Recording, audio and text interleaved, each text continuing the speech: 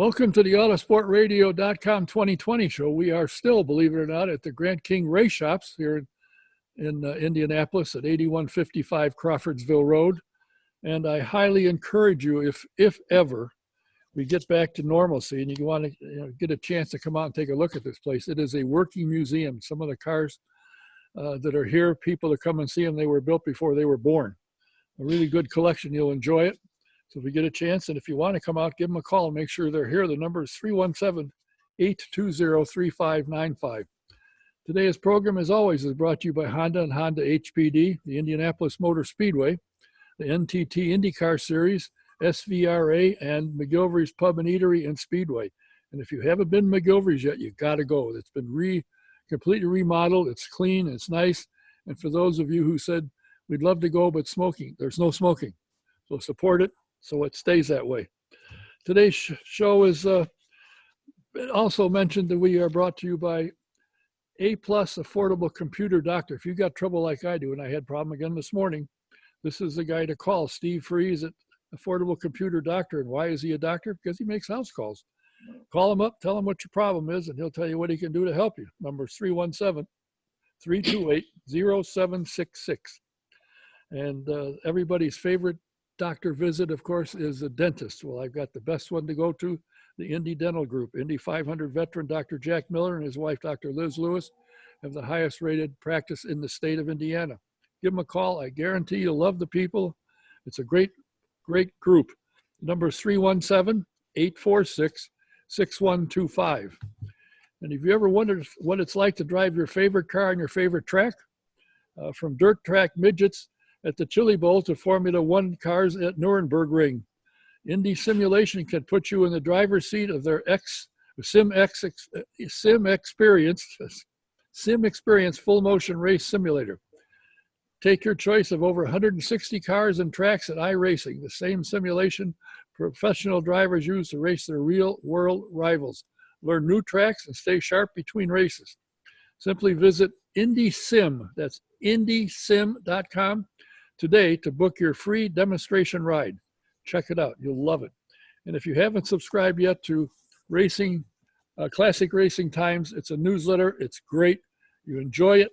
Got a lot of great stories. The one I have in my hand is Ferrari's Folly at Indy. It's an interesting story to have. Just go to theclassicracingtimes.com and subscribe. If you'd like to know what it's like to be in an Indy car, like to drive an Indy car, go to the Indy Racing Experience and take a ride in a two-seater.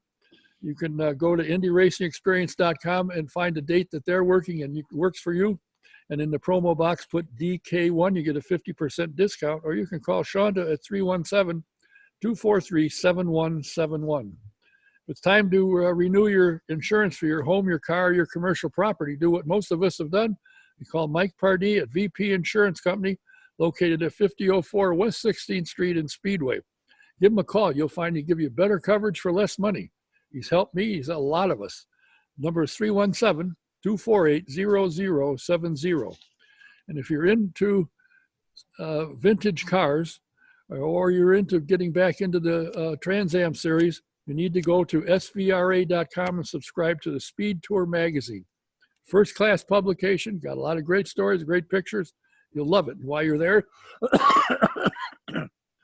excuse me, while you're there, check on their schedule, where they're going to be and when. If it's anywhere in the area, trust me, you need to go. It's great.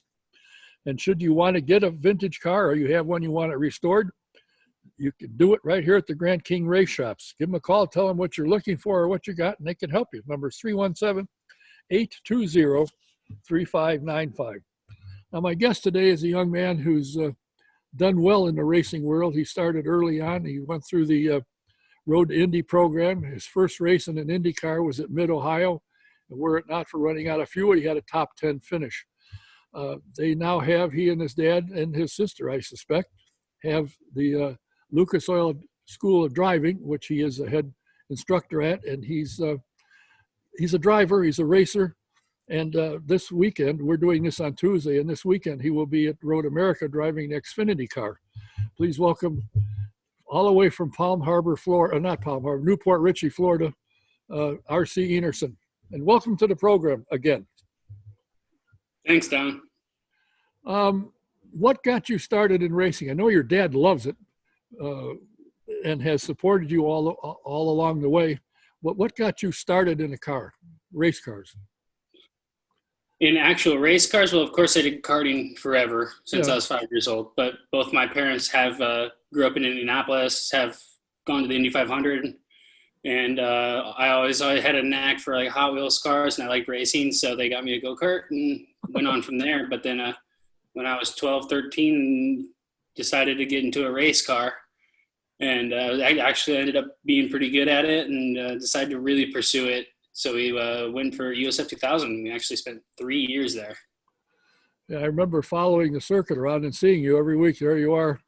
Do you feel, having gotten in a couple of IndyCar races, that what you've learned along the way has prepared you for these cars? Yeah, I think the Xfinity race is gonna be really tough. It's the IndyCar background definitely helps because it's a lot of road course racing, and this is one of the very few, I think 4 or 5 that Xfinity goes to. So I think we have a little bit of an upper edge, but the fact we don't get practice or qualifying, that's going to be a tough pill to swallow to start the race. Yeah, I don't understand exactly, but I guess NASCAR in the COVID situation is not allowing practice and qualifying, which doesn't make any sense. You're in the race, it's the same thing. In fact, in practice and qualifying, you're farther away from anybody. Yeah, I think it's more of condensing their weekends down to single-day events.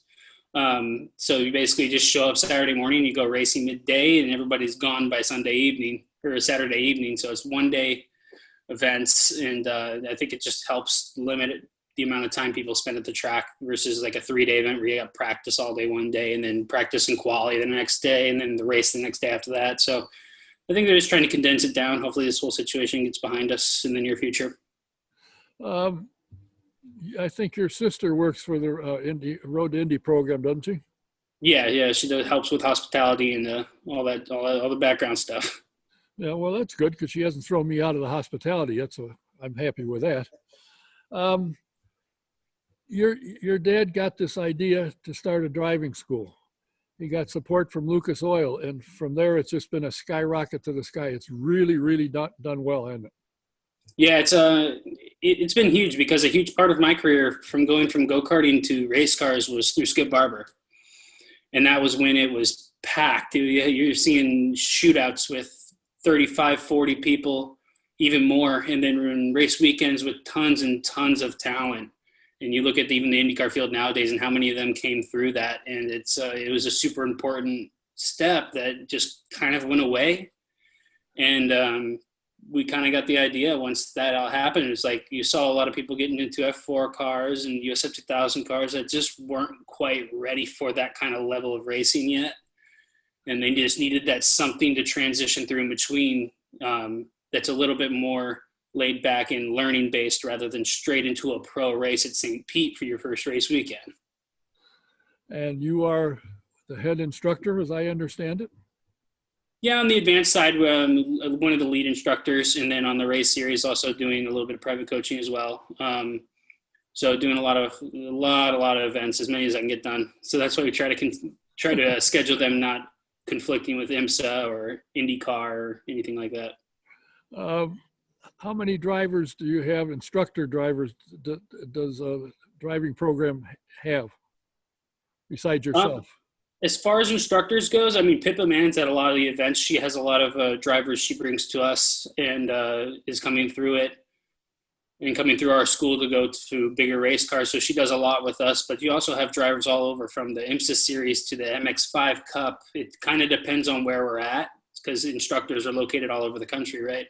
Yep. And drivers. So if we're over in California, we're going to get a lot of California-based instructors over there. And it kind of goes around a little bit, but I'm making sure I'm at every event. Well, I'm kind of disappointed your dad hasn't called me to become an instructor. I'm hurt by that, but I'll get over it.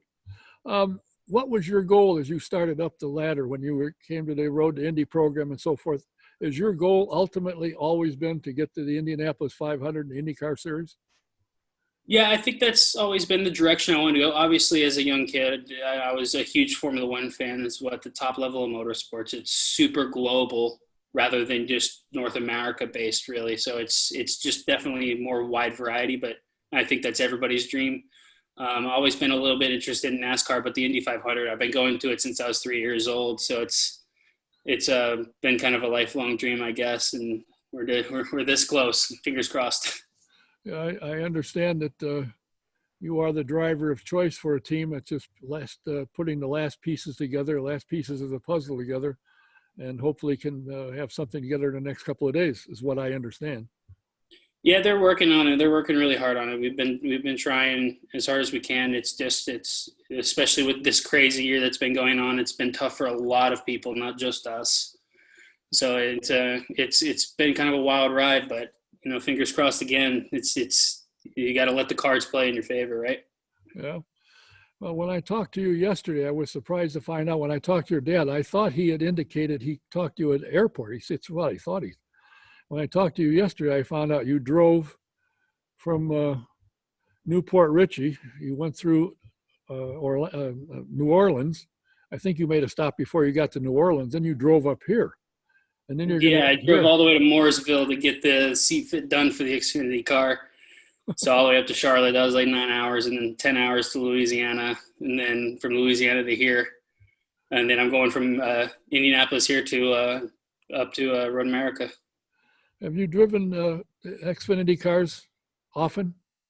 Never. I have very little GT experience in general. I think I've got a half a day in a Porsche Cup car, and then I did a 10, 15 laps in a GTD car at Daytona, and that's about all the GT experience I have. And so it's going to be a new ball game, that's for sure. And you look at, I've watched a couple of the races there from the previous years, and you look at the brake zones, are the biggest difference I see. And then you're braking at the 800 board rather than the 200 board. So it's really, it's a tank of a car, but it's going to be a lot of fun. You've driven IMSA. Yeah, it was a prototype though. It's basically like an Indy car with a ton of bodywork. Right. But they're pretty quick. They got power. They are. They're really fast.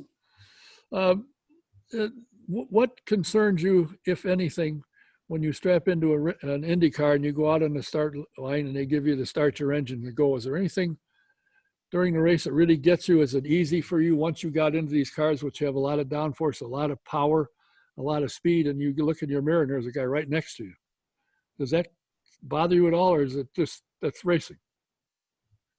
I mean, I guess it has. I mean, my first couple of races, my first two mainly, just super nervous. I mean, it's the first time I get to race with the big boys, and definitely super nervous. But the second the engine fires up, everything's out the window.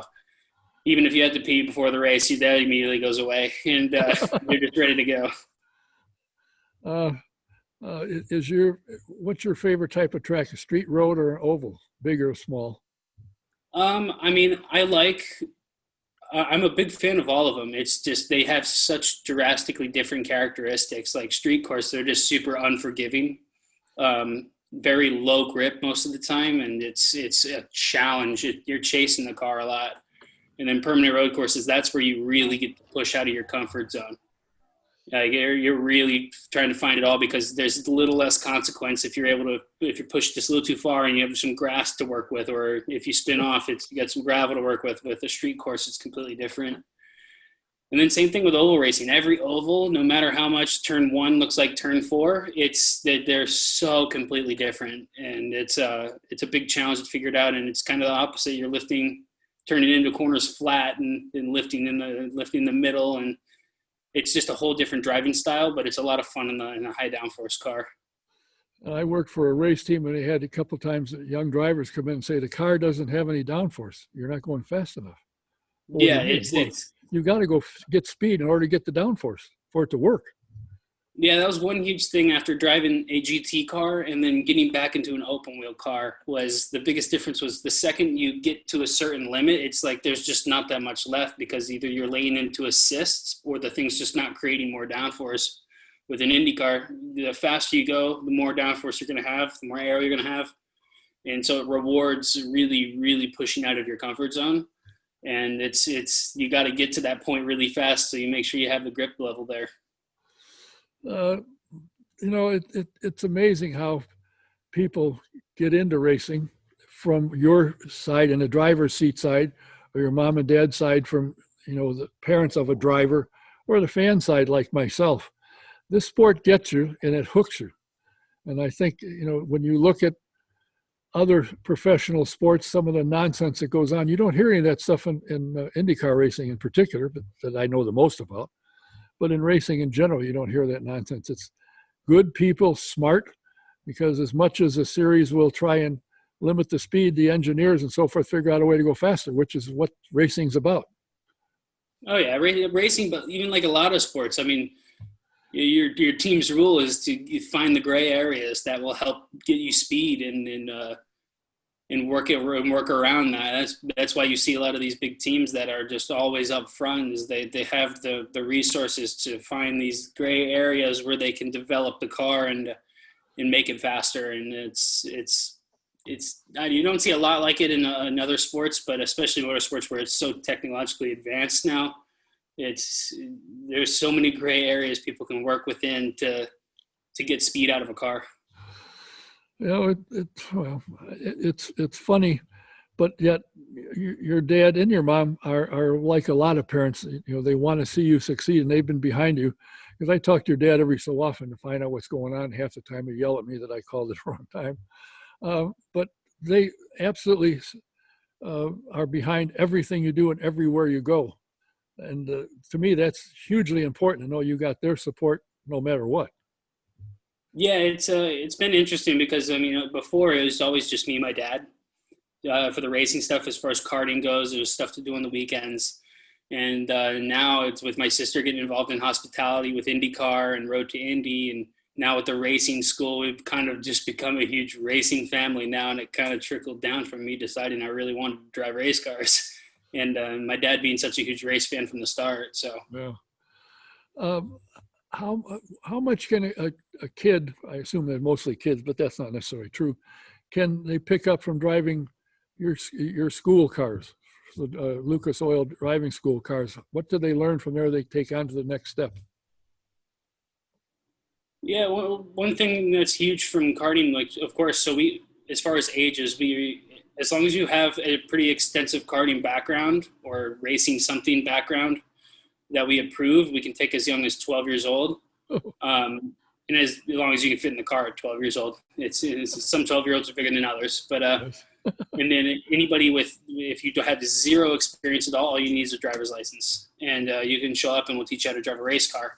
But one of our biggest markets and what we have a lot of is kids coming from karting that want to go to something like IndyCar or even IMSA prototypes or want the dream to go to Europe and go to Formula One.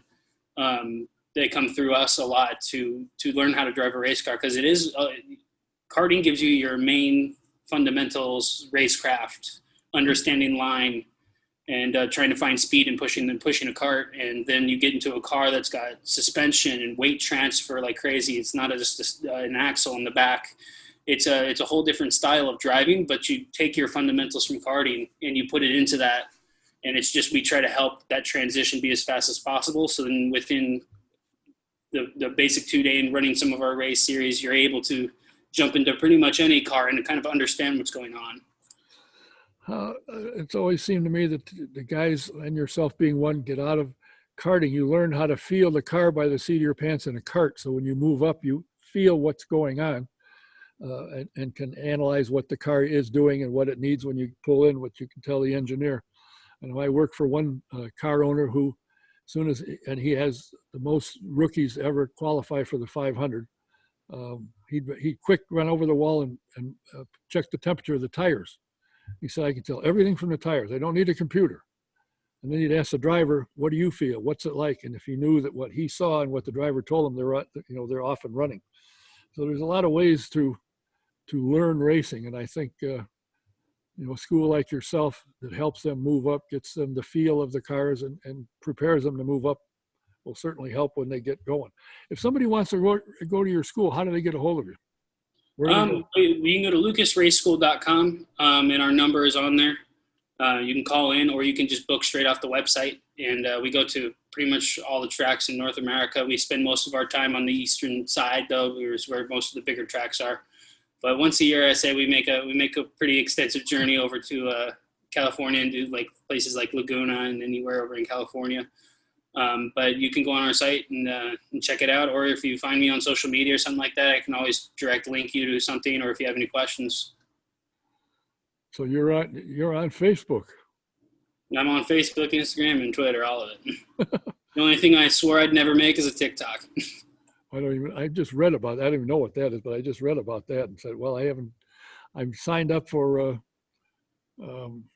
what's it? Facebook and Twitter. I'm on Twitter, but I just read it. I don't put anything out there because then they'll find out that I really don't know what I'm talking about. So I just read. If people don't realize how hard it is to get from the middle of the IndyCar road to Indy program to get into an IndyCar, there's a lot of time, a lot of effort, a lot of travel, a lot of expense to find funding. I know you've been working very diligently for the last couple of years putting programs together. And I think your dad told me you had funding for 1 year, but that's not good enough. You want a 3-year program. How do you, what is your part of trying to find funding? What do you do? I mean, there's so many different ways to come about it. There's anywhere from getting lucky to doing the hard work door-to-door things. It's everything in between. But as far as what you said about how it trickles down is like from the road to Indy to IndyCar, you look how many people are in IndyCar and then you look how many people are karting.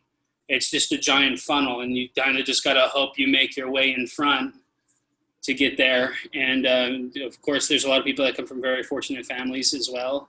And it's kind of all over the place. There's no one way to get it done. Just a lot of time, a lot of effort, a lot of phone calls, and I assume a lot of trips. Yeah, of course. Your dad told me. A lot of traveling. Yeah, and lucky guys that took the drive from Newport Richie to Mooresville to New Orleans, now to Indianapolis, and then on the road to America, and then drive all the way back to Florida. That'd be a lot of fun. Yeah, I think the main reason was I just didn't want to have to pay for 6 flights. Yeah, I spent $280 in fuel rather than $2,000 in flights. So it's there you go. Yeah, I'll budget everything, right? There you go. How many of your students have moved on successfully to the next 1 or 2 or 3 levels so far? One of our first ever championship winners was Mateus Soler, and he did F4 for 2 years, and then I think he's in the F3 cars. I'm not sure if he's in it this year. He was in last year, I'm pretty sure. That was one of our big ones. And then also one of our champions is a professional sim racer. He's on iRacing. And he came to us and actually won the whole thing. But then we have Reese Gold, who won our championship. He's in US F2000. He's actually running his 2nd year now with Cape Motorsports, which is a top team in that level. And then our last champion, Prescott Campbell, he's running for exclusive Autosport. Yeah, it's exclusive for them in the US F2000 car. So we've got 2 guys and a couple alumni that didn't really do a full season with us, but have done some racing with us. I'd have to text my dad to get the list, but there's quite a few.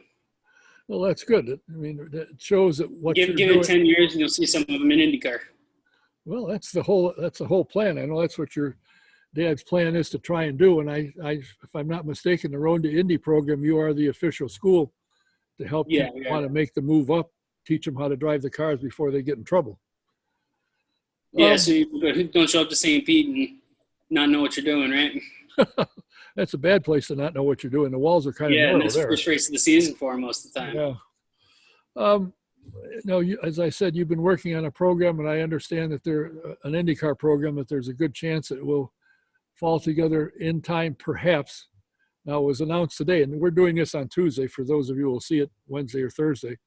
And it was just announced that Roger is not allowing spectators for this coming 500, not for practice, qualifying, nothing. So you have to watch it on television. But you're still aiming to get there, hopefully, and things looking good that it may well happen. Yeah, I think things look good. I mean, you just got to have a lot of things fall into place. There's a lot of puzzle pieces, lots of hoops to jump through. It's where a lot of people have a lot longer time to work on that, and like the people that are full season. So we just got to put our head down, get things done right, and hopefully we'll be there. But if not, you'll bet we will not stop trying. So, yeah, well, hopefully if you get a couple of races under your belt this year, next year you get a full season and go for Rookie of the Year. Are you still eligible for that? yeah, that's kind of the goal. Well, good. Yeah, I can't surpass 3 races, I think. Once I go over 3 more, then I'm over the 7 limit. Or if I go over 3 in 1 year.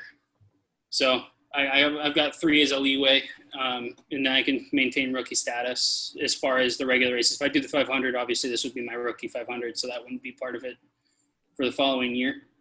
But rookie, it's not even the rookie of the year that's valuable to chase after. It's all the things that come in the background of being a rookie for the help you get. Right. Well, that's good. And I got to think that IndyCar would be happy to have you. Your name comes up every so often. I get emails, whatever happened to RC? I said, I don't know. He's at a driving school, probably working, I imagine. Yeah. But your name comes up frequently, which impresses me because you're still there. People still recognize your talent. And I think if and when you make it, you will have a following right off the bat. And if I have anything to do with it, I'm going to get you on and make sure people know who you are. Thanks, Don. Well, listen, we wish you well. Again, this is being done on a Tuesday. You'll be running this Saturday, and I think it's televised, if I'm not mistaken, for the Xfinity I believe race. so. I'm not sure if NASCAR is Fox or NBC, SN. I'm pretty sure it's Fox, though. So it should, we see most everything else. Once I figure it out, it will be tweeted out. Yeah. All right. Well, we wish you well. Thanks for your time. And look forward to when I look at the entry list for the Indianapolis 500. I hope we find your name on there. Yeah, thanks a lot, Don. Thanks. Take care. My guest has been an up-and-coming driver. He's done very, very well for himself all the way through so far, and looking forward to putting an IndyCar program together, and I know they're working on it. If it comes to pass, I don't know. We'll find out. But we will be back again. We got some more guests lined up, so it won't be long. We'll be back. I want to thank R.C. Enerson for his time, and we'll be back and see you next time. Until then, Don K. saying, see you later.